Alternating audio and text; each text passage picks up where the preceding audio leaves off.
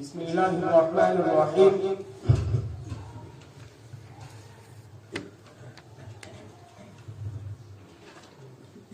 الحمد للہ رب العالمین والصلاة والسلام على سید الانبیاء والمرسلین وعلى آلہ واصحابہ اجمعین. اما بعد، قال اللہ تبارک وتعالی فی القرآن المجید: يا أيها الناس إنا خلقناكم من ذكر وأنثى وجعلناكم شعوبا وقبائل لتعارفوا إن أكرمكم عند الله أتقاكم إن الله عليم خبير. معزز سامعین کرام، اسلام کے خلاف سازش سے رسنے والے، قرآنی دستور پر آواز کسنے والے، حقوق نسواں کے عالم بردار جو اس بات پر زور دیتے ہیں کہ اسلام آزادی نسواں کے عالم بردار اور ان کی نقالی کرنے والے تشدد پسند مسلمان حقائق و تواریخ سے اپنی آنکھیں بند کر کے اسلام پر یہ الزام لگاتے ہیں کہ اسلام میں عورت کا کوئی مقام و مرتبہ نہیں ہے، اسلام عورت کی آزادی کا دشمن ہے، اسلامی معاشرے میں عورت کی کوئی وقت عزت نہیں ہے، نہ وہ بے حجاب اپنے گھروں سے باہر نکل سکتی ہے اور نہ مفاد کے لیے بازاروں اور دفتروں میں جا سکتی ہے، اور نہ قیادت و سیادت اور حکومت و سیاست کی اہل سمجھی جاتی ہے. اس پر ہر طرف سے بندش عائد ہے، ہر طرف سے رکاوٹیں کھڑی کر دی گئی ہیں. بس وہ اپنے گھروں میں رکے تو محبوس ہو کر اپنی زندگی کو بسر کریں، گھریلو امور انجام دیں، بچے پیدا کریں، ان کی پرورش کریں اور اپنے شوہر کی اطاعت و فرما برداری کو معراج جانیں. یہ تو سراسر زیادتی، ظلم و ستم اور حقارتی ہے. برادران ملت اسلامیہ، بس یہ سمجھ لیجیے کہ آزاد کی ایک فہرست ہے جو حقوق نسواں کے علم بردار اور آزادی نسواں کے نعرے بازی کرنے والوں کے ہاتھوں میں نظر آتی ہے. برادران ملت، آئیے ہم جائزہ لیں کہ اسلام نے عورت کو کس نظر سے دیکھا اور غیروں نے عورت کو کس نظر سے دیکھا، کہ اسلام نے صنف نازک کو کس مقام و مرتبے پر فائز کیا اور دوسرے مذاہب والوں نے عورت کے ساتھ کیا سلوک کیا. اس کے لیے ہم کو قبل از اسلام کی دنیا کا سرسری جائزہ لینا ہوگا. تو سب سے پہلے ہم ہندوستان کے حالات پر نظر ڈالتے ہیں کہ اگر یہ آج عورتوں کو مساویانہ حقوق دینے اور عورتوں کے لیے پارلیمنٹ میں ریزرویشن کی بات کی جا رہی ہے، عورتوں کو ترقیاتی امور، صنعتی پروگراموں اور سیاسی امور میں شریک کرنے کی وکالت کی جا رہی ہے، اور دوسری طرف مسلمانوں کا ایک فرقہ جو قرآن و حدیث کو ذریعہ بنا کر عورتوں کو گھر سے باہر کرنے اور مردوں کے ساتھ نماز میں شریک کرنے کی وکالت بڑے زور و شور سے کر کے دوسرے غیر مسلم معترضین کا عملی تعاون کر رہا ہے. مگر ذرا ہندو دھرم کی کتابیں جیسا کہ منوسم ریتی وغیرہ پر نظر ڈالتے ہیں کہ مذہبی اعتبار سے ہندو دھرم کے اندر عورت کا کیا مقام ہے. منوسم ریتی کے 5ویں باب صفحہ نمبر 147 کے اندر لکھا ہوا ہے کہ عورت بچپنے میں اپنے ماں باپ کے اختیار میں رہے اور جوانی میں اپنے شوہر کی ماتحتی میں رہے اور بیوہ ہونے کے بعد اپنے لڑکوں کے قبضوں میں رہے. اس کو کسی صورت میں کوئی اختیار حاصل نہیں ہے. ہندو مت کے اندر عورت کا معیار و فرما برداری یہ ہے کہ اگر اس کا شوہر مر جائے تو پتی وطا کے اظہار میں اس کی چتائے زندہ جل جائے، جس کو ہندو دھرم کے اندر ستی ہونا کہتے ہیں. اسی پر بس نہیں بلکہ چانکیہ برہمن جو ہندو مذاہب کا ایک مقصد و رہنما ہے، وہ کہتا ہے کہ جھوٹ بولنا، فریب دینا، حماقت کرنا، لالچ کرنا، بے رحمی، ناپاکی، یہ سب عورت کی فطری عیوب ہے. برادران ملت، یونان ہو کے روم، یورپ ہو کے ایشیا، ہر جگہ عورت مظلوم و مقہور اور مجبور و محبوس رہی ہے. اور خاص طور پر عرب جہاں اسلام آفتاب ہدایت بن کر طلوع ہوا، جس کے صحرا میں رسالت کا ابر رحمت برسا، شرک و کفر، ضلالت و جہالت، ظلم و بربریت اور وحشت و شقاوت کے خلاف صدائے حق بلند ہوئی. وسیلہ انسانیت نبی رحمت محمد عربی مصطفیٰ صلی اللہ علیہ وسلم نے گمراہ لوگوں کو راہ ہدایت پر لانے کا مشن شروع کر دیا. اس لیے عرب کا یہ حال تھا کہ وہ اخلاقی، دینی، فکری، عملی انحطاط میں اس قدر بستی میں چلے گئے تھے کہ مردارداری، سیاکاری، بدکاری پر ہی بس نہ تھا، بلکہ عورتوں کے ساتھ ان کا معاملہ اس قدر ناروا تھا کہ وہ اس کے وجود کو ذلت و عار کا سبب سمجھتے تھے. عورتوں کو گھنونے سے زیادہ اہمیت نہیں دیتے تھے اور نہ ان کا میراث میں کوئی حق تھا اور نہ کسی معاملے میں رائے جانے کا اختیار تھا. اپنی سوتیلی ماں کو اپنی بیوی بنا لیتے تھے اور جائیداد میں ان کا کوئی حق نہیں تھا. قربانی اور نظر کے جانوروں میں عورتوں کو شریک نہیں کیا جاتا تھا. جوئے میں اپنی بیوی تک کو ہار جاتے تھے، اور عورتوں سے نفرت کا حال یہ تھا کہ اگر کسی کے گھر میں لڑکی پیدا ہو جاتی تو وہ لوگوں سے شرم کے مارے اپنا منہ چھپایا پھرتا، لوگ اس پر ہنستے تھے، تانے کہتے تھے، لہذا لڑکی کا وجود نحوست سمجھا جاتا تھا۔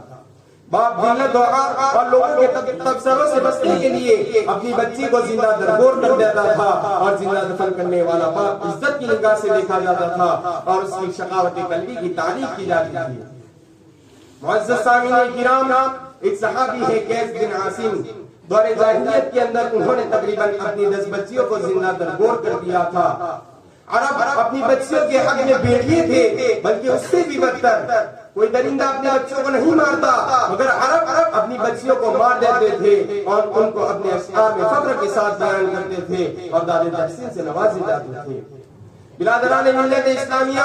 اسلام دین رحمت بن کر آیا تھا، انسان کو انسانیت سکھانے، درندہ صفات افراد میں جذبہ محبت کو بیدار کرنے اور دلالت کی دلدل میں ڈوبی قوم کو شاہراہ ہدایت پر گامزن کرنے کے لیے حضور صلی اللہ علیہ وسلم نے مردہ دل، بے حس، شقی قلب اور بدبخت آنکھوں کے اندر ایمان کی روشنی کی اور ان کے جذبہ محبت کو بیدار کیا، اور عورتوں کے سلسلے میں ان کے لطف و محبت کا دریا معجزن کیا، اور ان کو بتایا کہ عورت ذلت نہیں ہے، عورت تو عزت ہے، عورت وہ ماں ہے جس نے تم کو جنم دیا اور ماں کے قدموں تلے جنت ہے۔ والدین کے مقام و مرتبے سے ان کو آگاہ کیا اور ان کو بتایا کہ جس کو تم حقیر سمجھتے ہو اگر وہ نہ ہوتی تو تم نہ ہوتے۔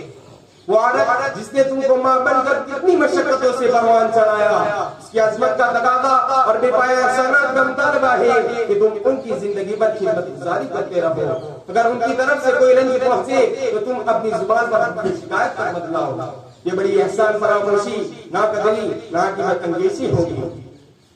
وَقَضَى رَبُّكَ أَلَّا تَعْبُدُوا إِلَّا إِيَّاهُ وَبِالْوَالِدَيْنِ إِحْسَانًا إِمَّا يَبْلُغَنَّ عِندَكَ الْكِبَرَ أَحَدُهُمَا أَوْ كِلَاهُمَا فَلَا تَقُل لَّهُمَا أُفٍّ وَلَا تَنْهَرْهُمَا وَقُل لَّهُمَا قَوْلًا كَرِيمًا۔ میرا رب فیصلہ کر چکا کہ تو اس کے علاوہ کسی کی عبادت مت کر، اور تو تیرے والدین کے ساتھ اس سے سلوک کر، اور تیرے والدین یا ان میں سے کوئی ایک تیرے پاس بڑھاپے کی عمر کو پہنچ جائے تو تو ان کو کبھی بھی اف تک مت کہہ اور نہ تم کو جھڑک، اور تو ان کے ساتھ عزت احترام کے ساتھ بات کر۔ برادران ملت، اسلام نے عورت کو بیوی کا درجہ دے کر اس سے تعلقات قائم کرنے کا شرعی ضابطہ بتایا اور بدکاری کے دروازے کو بند کر دیا۔ عورت بیوی بننے کے بعد اپنے شوہر کی ملکیت نہیں جیسا کہ یونان اور روم میں تصور تھا، بلکہ اس کو اپنی ذاتی معاملات میں خود مختاری حاصل ہے۔ وہ تجارت بھی کر سکتی ہے، کاروبار بھی کر سکتی ہے، اور اس کو تمام حقوق حاصل ہے جو مردوں کو حاصل ہے۔ شوہر اور بیوی یہ دونوں ایک دوسرے کے رازدار، غمگسار، رنج و غم کے ساتھی، خوشی اور مسرت کے شریک، ہن لباس لکم وانتم لباس لہن، کہ وہ تمہارے لیے لباس ہے اور ان کے لیے لباس ہے۔ جیسا کہ لباس بدن کی پردہ پوشی کرتا ہے، اسی طرح مرد و زن رشتے ازدواج میں منسلک ہونے کے بعد ایک دوسرے کے عیوب کی پردہ پوشی کرنے والے، عزت و حرمت کی حفاظت کرنے والے بن جاتے ہیں۔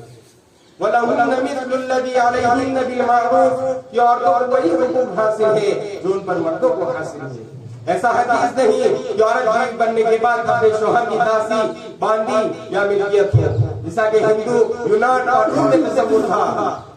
یہ اور بات ہے کہ مرد کو یک گنا فضیلت حاصل ہے، اور یہ فضیلت و برتری ذمہ داری اور منتظم اعلیٰ ہونے کی حیثیت سے ہے، جس میں عورت کے حقوق کی حفاظت اور اس کی فکری و طبعی ساخت کی رعایت ہے۔ معزز سامعین کرام، آزادی نساء کے نعرے بلند کرنے والے جو اس بات پر زور دیتے ہیں کہ عورت کو گھر سے باہر نکل کر میدان عمل میں بے حجابہ مردوں کے شانہ بشانہ کام کرنے کا حق ہے، مگر اسلام ان کو گھروں میں مقید کر کے ان پر پردہ لازم کر کے ان پر ظلم کر رہا ہے۔ ارے پہلے وہ اسلام کی روشن داری پڑھیے کہ انہی پردہ نشین گھر والے اور اندر رہنے والی خواتین نے وہ کارنامے انجام دیے جو تمہارے آج کے بازار کی بجلیاں، قلبوں کی بلیاں اور دفتروں کی گجریاں اس کا تصور بھی نہیں کر سکتی، جبکہ تم نے عورت کو بازار میں لا کر جذبہ شہوت کو فروغ دیا اور زناکاری کا ماحول بنایا۔ کیا یہی آزادی ہے کہ عورت کی عزت سے کھیلا جائے، اس کی عصمت کا سودا کیا جائے، ناجائز طریقے پر شہوت رانی ہو، ناجائز طریقے پر بچے جنم لے اور بن باک کی اولاد گلی بچوں میں دھلے؟ آزادی نساء کے نعرے بلند کرنے والے عورت کی کیا قدر کرے؟ ان کو تو اپنے ہوا و ہوس عزیز ہے، نفسانی خواہشات کی تکمیل مطلوب ہے، ان کو تو اپنے جذبات احساسات کی تسکین چاہیے، جن کی یہاں نہ کوئی معیار زندگی ہے اور نہ شرافت کا تصور۔ خواہ وہ امریکہ کا صدر ہو یا برطانیہ کا شہزادہ، جب زناکاری ان کی تہذیب ہے اور عصمت دری ان کا تمدن، تو پھر وہ کس بلبوتے پر اخلاق و تہذیب اور انسانیت نوازی کی باتیں کرتے ہیں؟ اسلام جس نے ان اخلاق سوز، انسانیت سوز، حیا سوز رسومات کی مذمت کی اور ان کی روک تھام کے لیے شدید ترین قوانین بنائے اور زانی اور زانیہ کے لیے رجم و جلد کا حکم دیا، وہ کیوں کر عورت اور اس کی فطرت کے خلاف اختلاط کا حکم دے سکتا ہے، عورتوں کو بے پردہ کر سکتا ہے؟ معزز سامعین کرام، شیطان نے انسان کو بربادی کی راہ پر لگانے کے لیے سب سے پہلے اس کو بے پردہ کیا تھا۔ ستر پوشی انسان کا وقار اور اس کی شرافت کی علامت ہے، مگر آج کا متمدن شیطان عورتوں کو ننگرا کر کے، ان کو بے پردہ کر کے ان کے حسن کی نمائش کراتا ہے اور اس کو تہذیب کا نام دے کر ان کے حسن کا مقابلہ کراتا ہے۔ دنیا کس راہ پر چل پڑی، انسان نہ گر گیا۔ ہمیں اس بات پر رنج نہیں ہے کہ غیر کیا کرتے ہیں، بلکہ رنج اس بات پر ہے کہ اسلام کے نام میں وہ خاموش کیوں ہیں، قرآن و حدیث کے ماننے والے اس راہ پر کیوں چل رہے ہیں؟ اللہ تعالیٰ ہم سب پر رحم فرمائے، آمین۔